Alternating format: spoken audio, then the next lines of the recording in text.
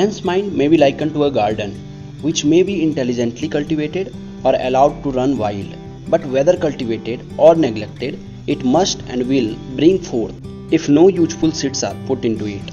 Then an abundance of useless weed seeds will fall therein and will continue to produce their kind. यहाँ कहा जा रहा है इंसानी दिमाग को एक गार्डन के जैसा देखा जा सकता है, जिसको या तो इंटेलिजेंटली कल्टीवेट किया जाए या वहाँ पर कुछ भी उगाएगा, जंगल फैल जाएगा। बट चाहे उसे कल्टीवेट किया जाए या फिर उसे नेग्लेक्ट किया जाए, कुछ ना कुछ तो उगेगा ही। अगर वहाँ पर कोई यूजफुल सीड नहीं लगाया गया, उस गार्डन में कोई यूजफुल सीड नहीं लगाया गया, तो वहाँ पर ऐसे ही वीड सीड्स खुद ही आ जाएगा। वीड सीड्स क्या होते हैं? कांटों वाले प्लांट्स, है ना, जैसे हिंदी में खरपतवार कहते हैं आई थिंक। कुछ भी, यानी कि कैसा भी प्लांट आ गया, है ना, जो किसी काम का नहीं होता, यूजलेस प्लांट जिसको बोलते हैं। तो अगर गार्डन है, लैंड है, तो वहाँ पर कोई ना कोई प्लांट उग करके आ ही जाता है। बट आपको देखना है, क्योंकि गार्डन आपका है, आप उस गार्डन के मालिक हो, तो आपको देखना है कि आपको कैसा गार्डन चाहिए, यानी कि कैसे कैसे फ्लावर्स चाहिए। जैसे फ्लावर्स चाहिए वैसे ही प्लांट्स, वैसे ही सीड्स प्लांट करो। जहाँ जहाँ चाहिए वहाँ पर प्लांट करो, जहाँ नहीं चाहिए नहीं करो। जिस तरह के प्लांट नहीं चाहिए और वो प्लांट दिख गया है, उसको उखाड़ कर फेंक दो, यानी कि वीड सीड्स को फेंक दो।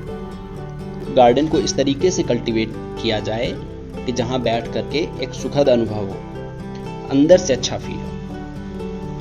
तो यहाँ दिमाग को गार्डन के जैसा बताया जा रहा है। क्या कहा जा रहा है डायरेक्टली अगर बात करें तो, अभी जो मैंने एग्जांपल दिया गार्डन का, आप इसी को लिंक करो माइंड से, कि माइंड भी गार्डन के जैसा है। जिस तरह का रिजल्ट आपको अपने लाइफ में चाहिए, कि आपको अपने लाइफ का एक अच्छा एक्सपीरियंस हो, तो उस तरह के सीड्स अपने माइंड में प्लांट करो। सीड्स यानी कि थॉट्स अपने माइंड में प्लांट करो, जहां से वो रिजल्ट मिलेगा ही मिलेगा जो आप चाहते हो।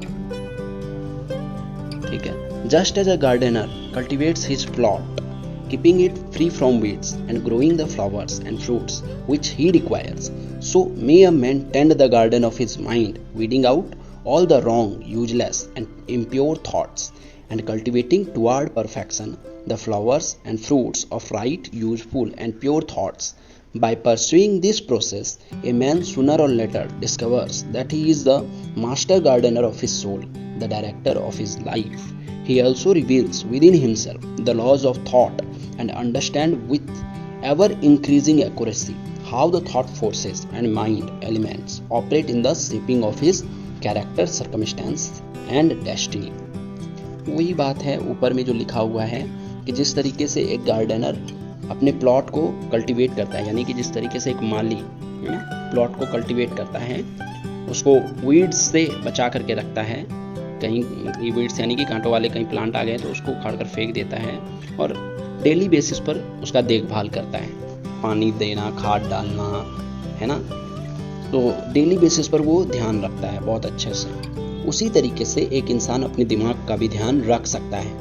अपने दिमाग में भी वो डेली बेसिस पर चेक करे कि किस किस तरीके के गलत थॉट्स आ गए हैं, क्योंकि थॉट्स अपने आप पैदा हो जाता है दिमाग में। अगर कोई ध्यान देता है अपने माइंड में तो उसको समझ में आता है कि थॉट अपने आप आ जाता है, किसी भी तरीके का हो सकता है थॉट।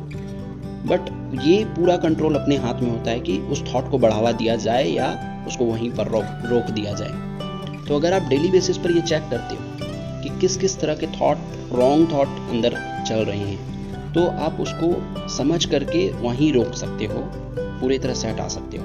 और जिस तरह के थॉट्स आपको चाहिए, यानी कि राइट थॉट को आप डेली बेसिस पर बढ़ावा दे सकते हो, ये काम आप कर सकते हो। और राइट और रॉन्ग आप कैसे जज करते हो किसी भी थॉट को, कि लाइफ में आपको जो चाहिए, सबसे फर्स्ट स्टेप है वो है थॉट को प्लांट करना। विदाउट उस तरह के थॉट के आपको कभी लाइफ में वो नहीं मिल सकता है जो आप चाहते हो। तो एग्जैक्टली आप जो जो चाहते हो, क्या उससे रिलेटेड थॉट को आप बढ़ावा दे रहे हो अपने माइंड में, या किसी और तरीके के थॉट को बढ़ावा दे रहे हो जिससे आपको लाइफ में वो नहीं मिलेगा जो आप चाहते हो, जस्ट उसका अपोजिट मिलेगा जो आप चाहते हो। समझ गए?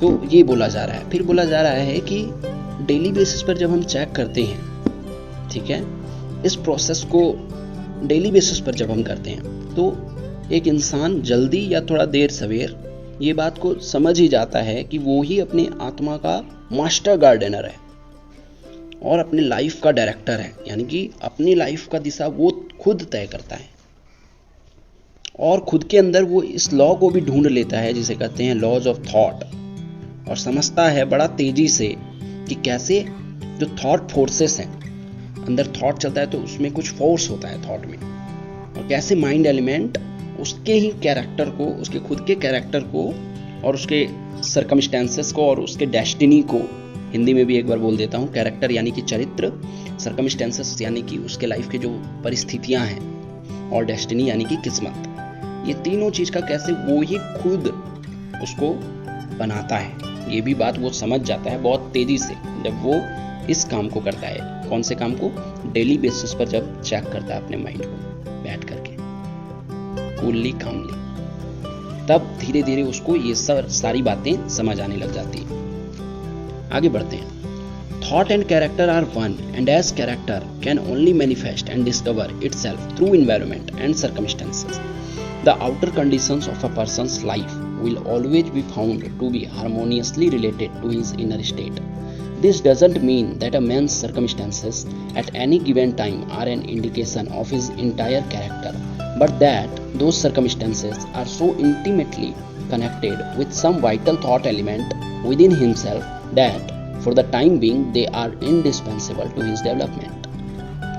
यानी कि यहाँ कहा जा रहा है थॉट और कैरेक्टर अलग अलग नहीं है। जैसे थॉट्स होते हैं वैसा कैरेक्टर होता है, यानी कि ये एक होता है, और कैरेक्टर जो सर्कमस्टेंसेस होते हैं और इन्वायरमेंट होते हैं उसके थ्रू ये मैनिफेस्ट होता है। यानी कि एक इंसान का कैरेक्टर कैसा है आप तब तक नहीं समझ सकते जब तक कि उसके सामने कोई परिस्थितियां ऐसा खड़ा नहीं हुआ है, बट जब एक सर्कमस्टेंस उसके लाइफ में आया और उसने जिस तरीके से डील किया तो वहां से उसका कैरेक्टर भी मैनिफेस्ट हो जाता है, समझ आ जाता है कि वो अंदर से उसका कैरेक्टर कैसा है। जो सर्कमस्टेंसेस हैं वो सबके लाइफ में आते हैं, है ना, बट एक ही सर्कमस्टेंस दो अलग अलग पर्सन के लिए दो अलग अलग होता है उसके माइंड में। बाहर एक ही है, सर्कमस्टेंस एक ही है, बट दो अलग अलग इंसान के लिए वो सर्कमस्टेंसेस दो अलग अलग है उसके माइंड में। एक उसी सर्कमस्टेंस से डर रहा है,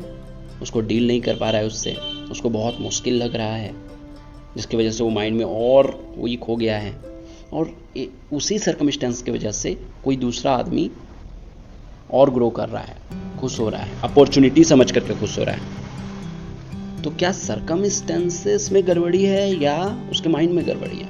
क्योंकि वही सर्कमस्टेंस दूसरे के लिए अपॉर्चुनिटी बन चुका है। एक के लिए प्रॉब्लम है तो दूसरे के लिए अपॉर्चुनिटी है। अंतर क्या है? अंतर दोनों के कैरेक्टर में है। जैसा कैरेक्टर है उसी के अकॉर्डिंग इसको कुछ और दिख रहा है, उसको कुछ और दिख रहा है। कैरेक्टर चेंज तो सर्कमस्टेंस भी चेंज, यानी कि वो प्रॉब्लम ना होकर के अपॉर्चुनिटी बन जाता है, पॉसिबिलिटी बन जाता है। तो यहाँ कहा जा रहा है कि आपका जो भी कैरेक्टर है वैसा ही थॉट है, और जैसा थॉट है ये आउटर वर्ल्ड, आपका जो सर्कमस्टेंसेस है, ये हमेशा आपके अंदर के दुनिया के तालमेल में होता है। तालमेल में होता है यानी कि आप अंदर अगर सॉर्टेड होते हो तो बाहर भी आपको सब कुछ सॉर्टेड रहता है, उसी रेशियो में लगता है।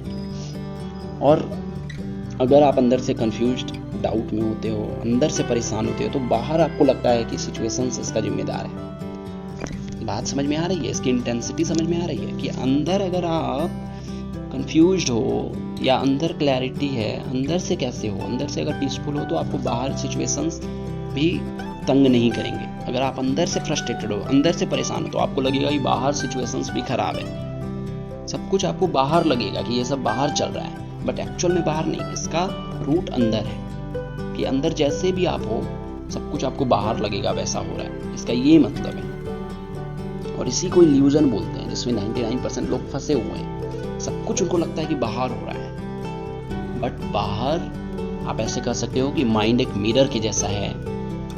सब कुछ बाहर आपको दिख रहा है बट एक्चुअल में बाहर हो नहीं रहा है, अंदर सब कुछ हो रहा है। आप ऐसे कह सकते हो कि ये जो आउटर वर्ल्ड है, सर्कमस्टेंसेस, ये सब कुछ मिरर के जैसा है। ये आपके कैरेक्टर को दिखा देता है खुद में, यानी कि जो कुछ भी आपको दिख रहा है सर्कमस्टेंसेस के थ्रू, पर्सन के थ्रू, आपको लग रहा है कि वो सब बाहर है, बट एक्चुअल में वो आप ही के कैरेक्टर का रिफ्लेक्शन है। वो आपको आपका शीशा दिखा रहा है कि एक्चुअल में आपका कैरेक्टर कैसा है, आपका थॉट कितना वीक है, कितना नेगेटिव थॉट है, आप जो भी कहें, ये यहाँ कहा जा रहा है।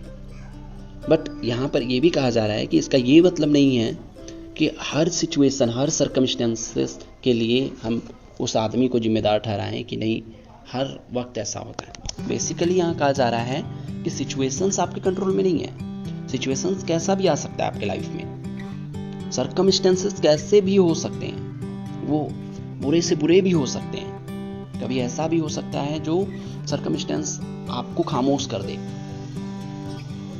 बट आप जिस तरीके से डील करते हो उसको और जिस नजरिए से आप देख रहे हो उसका यहाँ बात किया जा रहा है।